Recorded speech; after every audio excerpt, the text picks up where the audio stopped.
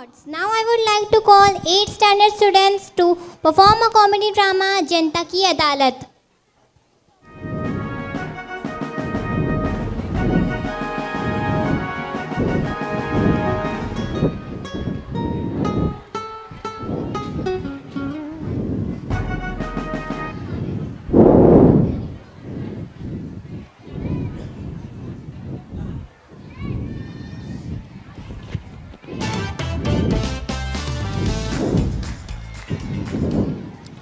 अस्सलामुअलैकुम नाजरीन, आज की इस अदालत में खुशामदीद। आज का मुकदमा लड़ेंगे इस शहर के सबसे हुनार और अक्लमंद वकील सैफ खान यानी कि मैं। नाजरीन, आज इस अदालत कमरे में मौजूद है शहर के वो लोग जो अपने अपने मोहल्ले में अव्वल आए हैं लोगों को जज करने में, हमारी ज्यूरी। नाजरीन, आज के मुल्जिम पर बहुत सारे इल्ज़ामात हैं। उनमें से एक इल्ज़ाम ये है कि वो रिश्वत नहीं लेते। जी हाँ, रिश्वत नहीं लेते। इल्जामात का सामना करने आ रहे हैं पुलिस वाले। बादब बामुलाइजा होशियार, खाकी वर्दी वाले साहब हाजिर हो।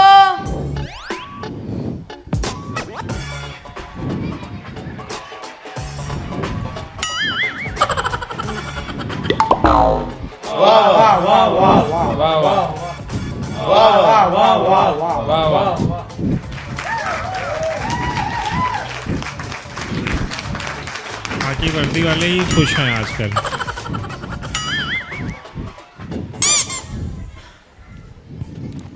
क्या हाल है जजेस, सब ठीक? जी। अस्सलाम वालेकुम। अस्सलाम वालेकुम। वालेकुम अस्सलाम, क्या हाल है? अल्लाह का करम है ना, तो सब ठीक। हमने तो पुलिस वालों को कुछ और समझा था, आप तो माशाल्लाह फुल ऑफ लाइफ हो। हाँ अल्हम्दुलिल्लाह, मेरा डेली रूटीन बना हुआ है ना, तो मैं रोज सुबह उठता हूँ और अपना म्यूजिक सुनता हूँ ना जी। म्यूजिक? वैसे किस तरह का म्यूजिक सुनते हैं आप? मैं पॉप म्यूजिक सुनता हूँ जी, और किस तरह का? और लॉलीपॉप म्यूजिक भी सुनता हूँ जी। ये पॉप म्यूजिक तो सुना है, लॉलीपॉप कौन सा होता है? ऑर्डर ऑर्डर, अदालत की कार्रवाई शुरू की जाए। जी योर ऑनर।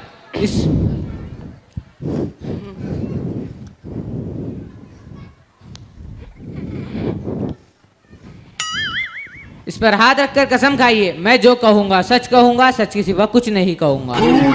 आप जो कहेंगे सच कहेंगे, सच की सिवा कुछ नहीं कहेंगे। अरे ऐसा आप बोलिए। अरे ऐसा मैं ही बोला। Order order, be serious please. जी योर ऑनर। आपका नाम? बशीर। जी बशीर। के आपके बाप का नाम? अमीन। हाँ जी अमीन है, अमीन। अरे तमीज से बात करें, क्या हो गया आपको? आपको बात करने की तमीज नहीं है? ठीक है। आपका नाम बशीर? जी। आपके बाप का नाम अमीन? हाँ जी। अमीन के बेटे हो? कहाँ ना भाई, अमीन का बेटा हूँ। और अमीन को पता है इस बात का? भाई पता है मेरे बाप को इस बारे में? किसने बताया? अरे भाई मेरा बाप है, उसे पता है इस बारे में, बस बात खत्म। बताया किसने? अरे भाई मेरे बाप को पता है इस बारे में, बस बात खत्म। क्यों खत्म हो गई बात? करो ना बात, चिढ़ते क्यों आप? Order order. जी योर ऑनर। अमीन आपके बाप है? जी। आपके घर आते थे वो पहले? अमीन मेरे ही घर में रहता था। तुमने पूछा नहीं क्यों रहते हो? अरे भाई मेरा बाप है, मुझे नहीं पूछना उसे। सवाल ये पैदा होता है, अमीन आपके घर आता था? जी आता था। जाता भी था? जी जाता भी था। आता जाता रहता था? चल ठीक है। आपने अपने घर में अमीन को पहली दफा कब देखा? भाई मैंने कह दिया ना, अमीन मेरे ही घर में रहता था। सवाल ये पैदा होता है, आपने अपने घर में अमीन को पहली दफा कब देखा? भाई मैंने पैदा होने के बाद देख लिया बस। कितनी देर के बाद? भाई थोड़ी देर बाद देख लिया। फिर भी कितनी देर बाद? भाई 2-3 घंटों के बाद देख लिया था। क्या तुम मुतमईन हो गए थे तुम्हारा बाप है? हाँ भाई मैं मुतमईन हो गया था, मेरा बाप है। तुम 2-3 घंटों में इतने शहने पैदा हुए थे कि तुमको पता चल गया हो तुम्हारा बाप है? हाँ भाई पता चल गया था। कहाँ बैठा हुआ था? जी वो सामने चारपाई पर बैठा हुआ था। तो तुमको पता चला कि वो तुम्हारा बाप है? मेरा दिमाग खराब हो गया, कोई सवाल है पूछने वाला? चल ठीक है। आप कब पैदा हुए? 11/9/1992। उससे पहले क्या करते थे?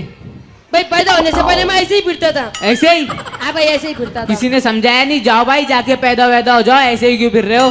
नहीं भाई नहीं समझा। भाई साहब तालीम हासिल की है आपने? जी की है। अमीन ने तालीम दिलाई? हाँ जी अमीन ने दिलाई। अमीन ने आपको कभी मारा? नहीं कभी नहीं मारा। कभी हाथ लगाया? नहीं। क्या वो तुम्हें किसी की अमानत समझता था जो उसमें खयानत नहीं करता था? भाई मेरा बाप था ना, मेरा बाप है, बस जो भी हो ठीक। चलिए तालीम हासिल किया आपने? हाँ भाई किए। 2-3 सवाल पूछ लूं? भाई पूछ लो। आर यू मेल और फीमेल? भाई मेरी किसी ने सिफारिश की थी? अरे आप समझे नहीं, आर यू ही और शी? भाई मैं इन बातों पर यकीन नहीं रखता, मैं मुसलमान हूँ। अरे भाई आप समझ नहीं रहे हो, आर यू मदर और फादर? जज साहब मैं हिंदुस्तान से कभी बाहर नहीं गया। इसका मतलब तुमने सिफारिश से नौकरी हासिल की है और उस आदमी का हक मारा है जो बेचारा तालीम हासिल करने के बाद नौकरी के लिए पागल हो गया और आप सिफारिश पर आए और सीट पर आकर बैठ गए। आप इसे क्या दिखाना चाहते? इस बात का मतलब? जी और ऑनर, आप जैसे कम पढ़े लिखे लोग पुलिस में आए जिसके वजह से इन्हें पता नहीं है how to talk and how to deal, जिसकी वजह से लोगों को दिक्कतें हुई। क्या ये सही है? हाँ जी ये तो सही है। चलिए ठीक है, ये रिश्वत न लेने के बारे में आप क्या कहेंगे? ओ जी हमने तूबा कर ली थी ना। Very good. हाँ तूबा ने हमें समझाया ये गलत काम है, छोड़ दो। क्या? हाँ तूबा शरारा बेगम है हमारी। मूड खराब कर दिया। ओके, ये रिश्वत न लेने का रोशन और खूबसूरत ख्याल कहाँ से आया? ओ जी जब हम गांव में थे ना तो डाकू थे। क्या डाकू? हाँ डाकू हाईवे से गुजरने वाली गाड़ियों को लूटने खड़े हो जाया करते थे। ऊपर वाला इज्जत की रोटी इज्जत वालों के हाथ से दिलवाया करता था। डाका डालना ये कैसे इज्जत का पेशा है? इज्जत का ही तो पेशा है। एक बंदा अपने दोनों हाथ ऊपर करके खड़ा और इज्जत से बोला भाई जो लेना है ले लो, बस मेरी जान बख्श दो। और ये पुलिस में आने का ख्याल कहाँ से आया? ओ जी हमारे दादा साहब कहा करते थे क्या कहा बेटा करते थे? बेटा कुछ कर, बस कर, अरे कुछ तो कर। मगर हमने उनकी एक ना सुनी और तूबा की वजह से हम इस रास्ते पर आ गए। और आप जिस थाने में खिदमत का फर्ज अदा कर रहे हैं वो कहाँ है? ओ जी मेरा थाना जी, ओ जी मेरे घर के बगल में। और आपका घर? ओ जी मेरे थाने के बगल में। अरे भाई वही आपका थाना कहाँ है?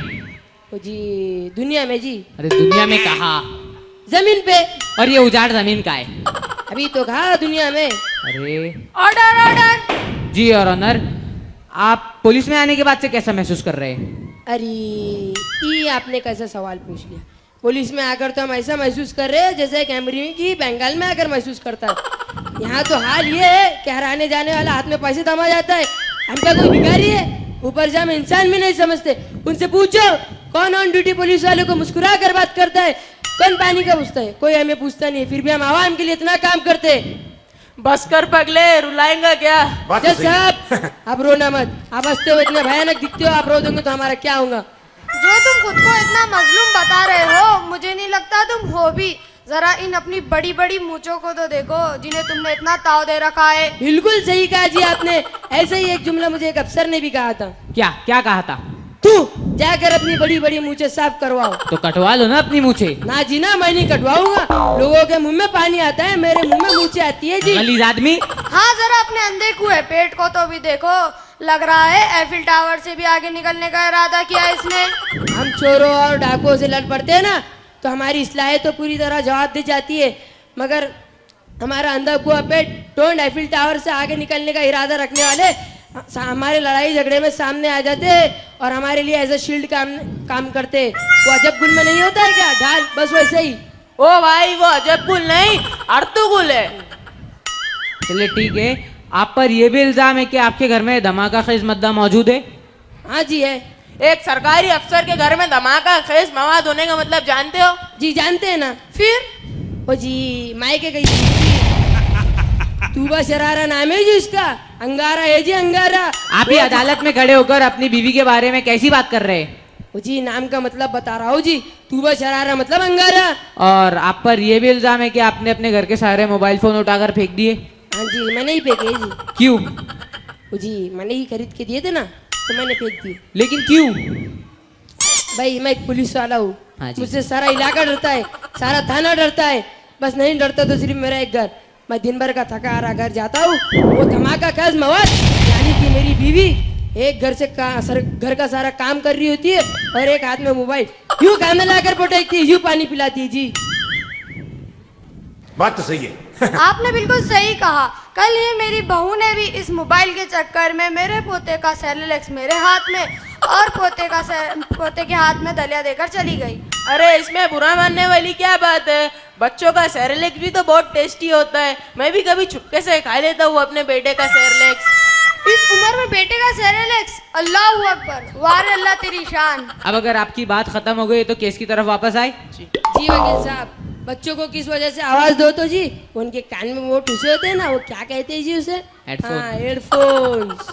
वो जी वो कोई बात का जवाब ही नहीं देते। अरे कल को हमारी जान निकल गई और वो बोलेंगे अरे सॉरी जी हमें आवाज नहीं आई। दादी के पास या माँ के पास दुआ लेने जाओ तो वो या तो कोई उर्दू ड्रामा देख रही होती है या तो कोई पकवान बनाने का तरीका। तो पकवान बनाने का तरीका देखकर आप ही के लिए तो बनाती होंगी ना। ना जी ना, नेट बर्बाद करती है, पकाती तो कुछ नहीं। तो आप नेट का रिचार्ज ही मत करवाइए। वो भी करके देख लिया जी। बात तो सही है। मैं घर गया ही था कि सारे के सारे घर वाले मुझ पर ऐसा झपटे हैं जिसे बिल्लियाँ एक दूसरे के ऊपर झपटती हो। बीवी बोली मैं तुमसे शादी कर कर पछता रही हूँ, न घर ढंग का, न जबर ढंग के, न कपड़ा ढंग के। मैं चुप रही, मरद नेट का रिचार्ज तो भी करवा लेते बोल के। अब अगर आपने नेट का रिचार्ज नहीं करवाए तो मैं लड़ूंगी, अपने हक के लिए लड़ूंगी। बस धरने हवा लगाने निकल पर आ गई। गई जी वो। बच्चे बोलते हैं फला के अब्बा ये दिलाते, फला के अब्बा वो दिलाते। बस एक हमारे ही अब्बा है जो हमारे मोबाइल में नेट पैक नहीं डाल सकते। तो आप अपने वालिदैन के पास जाकर बैठ जाया करें। जाके बैठ के देख लिया जी, वो भी यही कहते जिंदगी भर तुझे इतना पाला पोसा जवान किया, अब कमाने के लायक हो गया है तो हमारे मोबाइल में एक नेट पैक नहीं डाल सकता। क्या तू भी देख लेते हम, मक्का मदीना तो लेके जाता नहीं, हम मोबाइल में देखकर खुश हो जाते बस। चलिए ठीक है, मैं अदालत से गुजारिश करूंगा कि बशीर साहब के बयानात को मद्देनजर रखते हुए अपना फैसला सुनाए। अदालत बशीर साहब के बातों को मद्देनजर रखते हुए ये फैसला सुनाती है कि रिश्वत ना लेना तो एक अच्छी बात है, लिहाजा बशीर साहब जैसे एक ईमानदार ऑफिसर को अदालत 1 लाख रुपए इनाम में देने का ऐलान करती है। जहाँ तक मोबाइल फेंकने की बात आई तो आपने बिल्कुल सही कहा, हमें कांटेक्ट और इन्फॉर्मेशन का एक जरिया बनाकर रख लेना चाहिए, ना कि उसे ज़िंदगी का मकसद बना ले। मैं मुंजिम बशीर को बाइज्जत बरी करता हूँ। उन्होंने जो किया वो घर के सरबराह होने के हैसियत से घर के भलाई के लिए किया। और अदालत बशीर साहब को यह हुक्म देती है कि अपने अफराद ख़ानदान को पहले मोबाइल चलाने का उसूल और इस्तेमाल सिखाए और मखसूस औकात मुकर्रर करे और उनके मोबाइल उन्हें वापस दे दे ताकि इस तरक्की की दुनिया में वो पीछे ना रह जाए। ये अदालत बर्खास्त की जाती है। नाजरीन, आज की अदालत यहीं ख़त्म होती है, तो मिलेंगे किसी और अदालत के साथ में। मैं अपने 1 लाख रुपयों से नया नया आईफोन लूंगा, जब घूमने जाऊंगा तो इंस्टा पर फोटो पोस्ट करूंगा।